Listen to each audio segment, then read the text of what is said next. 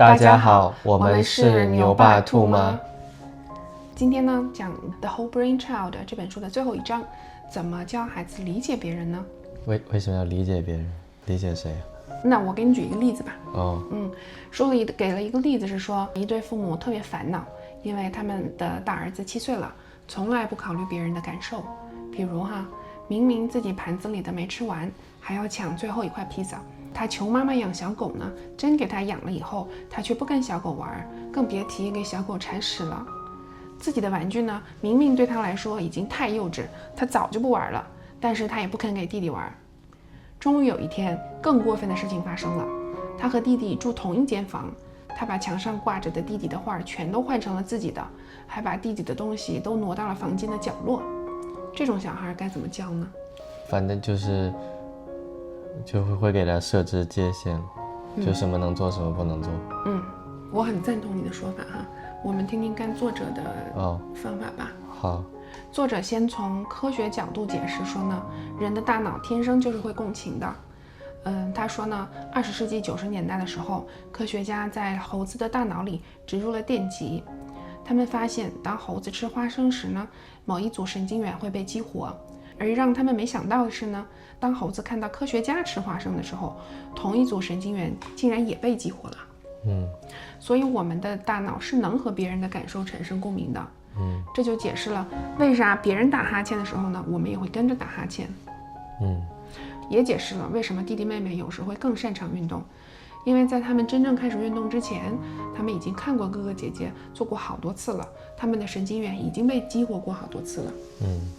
比如在语言方面，图图好像比牛牛同期发展的快一些。对，牛牛3岁的时候，可以在讲话的时候分清你我他。在那之前，他都是说牛牛要干嘛。我们的耳一当时就说这是要3岁才能分清的。对，但是图图就是1岁半就分得清了，他从来没说过图图要干嘛，他从一开始就说我要干嘛。对呀。那我们想小孩能理解别人，不那么自私，作为家长我们该怎么做呢？作者说呢，第一，我们得给孩子提供一个快乐的原生家庭，家人之间呢是享受和彼此相处的。作者说呢，其实咱们都是孩子越大，和孩子的互动就越来越多是接送他，一起单纯玩享受待在一起的时间就越来越少，所以我们得有意识的多创造和孩子一起玩的场景，有意识的增加家里的欢乐元素，一起做游戏、讲笑话、做点傻事儿，对他们在意的东西表现出很感兴趣的样子。讲到这里呢，我就意识到我得改一下。牛牛天天跟我说汽车嘛，我有时候就跟他说，哎呀，妈妈对汽车不感兴趣，你要不去跟爸爸聊吧。我现在都得演。好。同样的，如果我们想兄弟姐妹在成年以后关系亲密，那我们就得保证他们小的时候一起玩得很开心。兄弟姐妹之间肯定会有很多冲突的，这是不可避免的。只要他们共同经历的快乐大于他们经历的冲突，那他们成年以后关系好的可能性就会很大。所以我们得有意识的给孩子们创造一起玩的机会，让他们组队做项目甚至给他们创造一些联起手来对付爸妈的机会，让他们有很多一起玩的美好回忆。家庭之外的影响对孩子也很大，比如孩子在的学校是强调善意和尊重，还是强调竞争呢？学生之间是会互相共情、互相合作，还是把对方都当成对手呢？还有教练是不是强调团队合作呢？所有这些经历都会塑造孩子的大脑，让他形成对我们这个关系的理解，在这些关系中形成一些模式，会成为他们未来关系的模板。有道理。我一开始想的是，他说孩子要理解别人，我就想为啥要理解别人呢？但是他这么说的话，其实挺重要的，因为就是说世俗意义上的成功吧，他要是没有什么共情能力的话，还是会比较难的，我觉得。他可能不太容易成功，而且他也没有办法享受和别人的关系吧？对，那人生不会快乐的。对，既不能成功，也不能快乐。对，就比较麻烦。对，那我继续吧。第二个方法呢，作者说我们要引导孩子去从别人的视角看问题。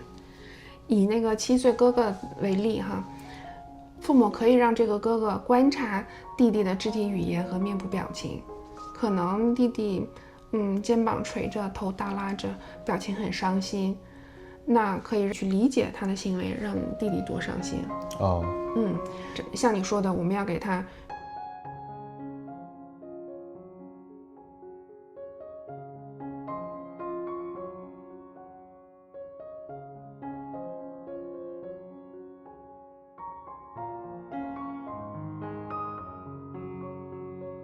行为上，哥哥肯定要给弟弟很真诚的道歉，他还得从行动上来弥补。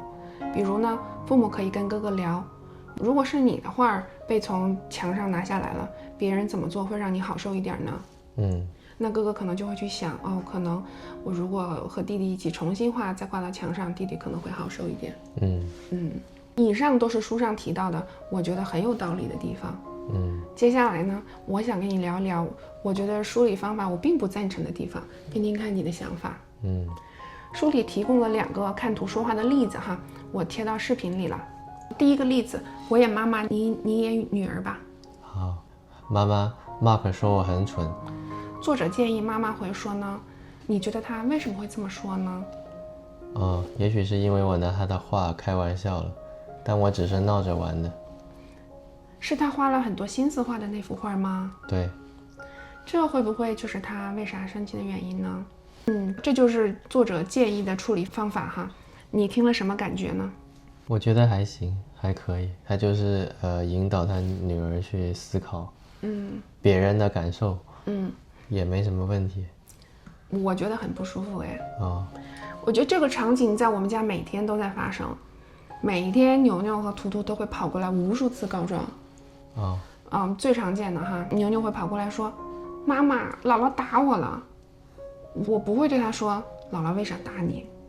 我会说，姥姥不可以打你，任何人都不可以打你。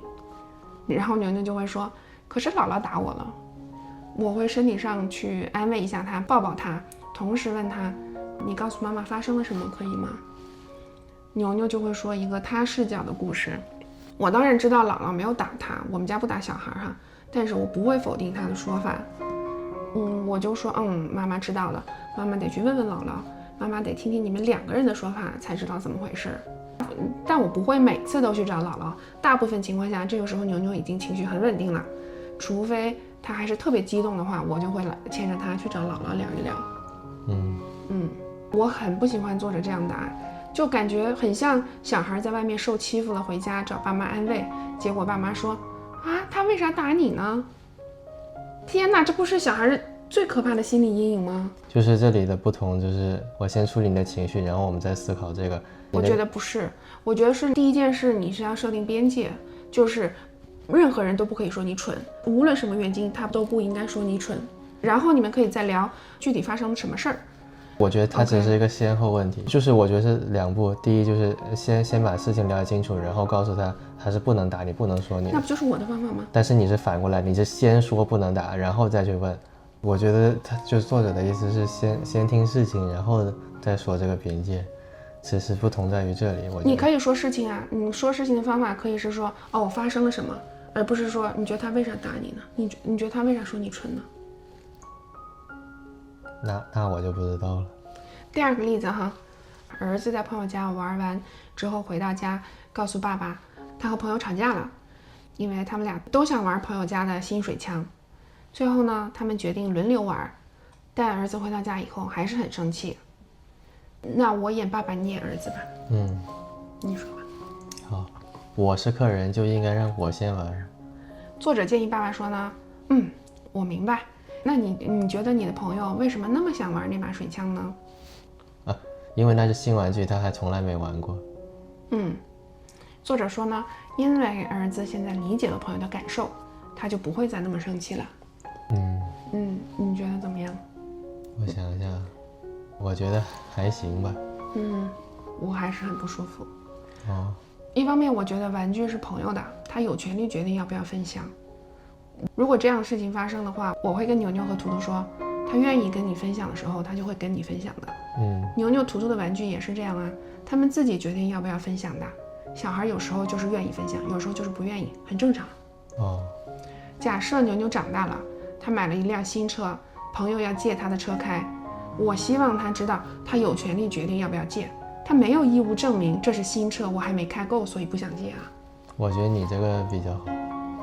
是这样的，就是你这种说法是设置边界这种类型的，然后他这本书现在讲的是让孩子去理解别人感受这种类型的。对，但其实不管是任何的事情，边界应该比感受重要一点。对，太对了，不是我不希望孩子理解别人啊，就是因为我不希望他以破坏自己边界的代价来理解别人。或者说孩子可能是不知道边界的，你大人可能有，他先得知道边界，再去理解别人。对，他如果在他的边界范围内没有理解到别人，也就算了。对，其实是这样的。因为为什么我会这样想呢？因为我从小就是被要求懂事的，我总在想啊，别人为什么这么做？他们一定是有原因的。后果就是我总是在合理化别人的感受，忽视自己的需求。我长到30多岁的时候才意识到这件事儿，才知道我需要有边界，我才开始练习去观察自己的感受，去满足自己的需求。我不想我的小孩经历这样的事情。反正我边界还行，我会尽量去理解别人的感受，但前提是不能内耗自己。对，不内耗自己就是自己的边界。对，这一点其实是我跟你学的。还有一点是说，当有人做了让孩子不舒服的事情，我不会希望孩子去揣测他为什么这么做。举例哈，假设有人在开会的时候冲我发火，如果别人问我说，你觉得他为什么这么生气啊？那我会非常生气。他为什么生气跟我有什么关系呢？他什么理由都不该跟我发火，我不会接受他这样对我。反正书里讲的这个可能是一个比较 secondary 的能力。第一还是边界，但如果在保证你自己边界的情况下，你又能理解一下别人，那还是很厉害的，还是很可以的。对，我是觉得说，如果我们在日常生活中就总要求小孩去理解别人，那么他遇到烂人的时候，他被 bully 的时候，他不是自然也就会这样做吗？比如说，当一个女孩长大了遇到家暴男，你难道希望她站在对方的角度说啊，她也不想的，她只是工作压力太大，她原生家庭不幸福？对，就是这个意思吧。对。我觉得哈，去训练孩子理解别人的感受是一件很好的事儿，但是呢，你不能在孩子很委屈、很受伤、最需要你理解他的时候，来要求他去理解别人的感受。我们可以在他安全的时候、放松的时候练呢。举例哈，比如在公园，一个小朋友一直躲在妈妈后面，那我们可以问牛牛图图说，你觉得这小孩在想什么呢？或者我们和孩子一起读书的时候，可以问他，你觉得这里面的人为什么会这么做呢？或者如果你是他，你会怎么想呢？对吧？总之，我对我的观点比较有自信的原因是，我把这本书的观点和我的观点跟 ChatGPT 讨论了一下， ChatGPT 竟然支持我。他说这本书是2011年出版的，在这一点上他其实是有一点过时了。我想说的是，首先确认就是设立边界是第一大能力。就比方说像你，比方说你小时候，我觉得我没有很好的训练我设立边界的这个能力，对吧？他反而你长大的时候，我的反应会很过激，有一点容易矫枉过正，就是我的边界感极强，你只要越过了我的边界一点点，我就会非常不高兴，对吧？对。但我觉得反而是你小时候就设立了这种边界，就像我小时候就有边界，对吧？所以我的边界反而是很好去 manage， 我就非常清楚那个边界在哪里，你会把那个东西拿捏得更好一点，更成熟。但我觉得这是很重要的能力，肯定比那个理解别人更重要的多。对，我也还是在学习，在练习嘛。我完全同意，就是当你的边界被触碰了的时候，你的反应是你比较平和的，对，你可以很平和的处理它，是最成熟的反应。我现在还在是一个比较过激的阶段。对，我的 point 就是说，不要觉得说，我们教孩子让孩子边界感强，以后他就会非常不容易理解别人，反而不是这样的，反而是我小时候就训练了这个边界，我以后更容易拿捏这个边界，更容易理解别人，就像我这样。和人在相处关系的时候，其实你会更平和。对的，你越界一次，我 maybe 我不会马上有反应，但你越界2次3次，我马上就会识别这个我的边界就在这里，我就会远离你，对吧？就是这个意思。我倒不是，我不觉得是说你1次2次3次的问题，而是说是你的反应是什么样的反应的问题，是你很平和、很成熟的处理，你可能默默的离开，但是你并没有跟他翻脸，还是说就不会有那个比较过激的那个反应。如果你一直是这么想，就其实对见多了，对吧？就是这种意思。是你练习的很多了嘛？然后，但是我现在就属于一个，我发现我的边界被触碰了，我的反应会很过激，那反而搞得我翻脸了，影响到了我和人的关系。其实是不是比较像，就不太成熟，就像小孩子的状态，比方说小孩子，我画个很好的画，你给我弄坏了，对吧？我马上就会你过界了，对吧？非常不高兴。对，其实小时候训练这个，你长大就更成熟一点。对，这个比较重要。对，好。这就是这本书的最后一章啦。你觉得这本书怎么样？可能是你总结的好一点，估计他写的不怎么样。他写比较枯燥，我总结也是比较辛苦的。我觉得这本书提炼的比较累，但是我觉得对我们还是有很多启发的。好，我们下一本书再见啦。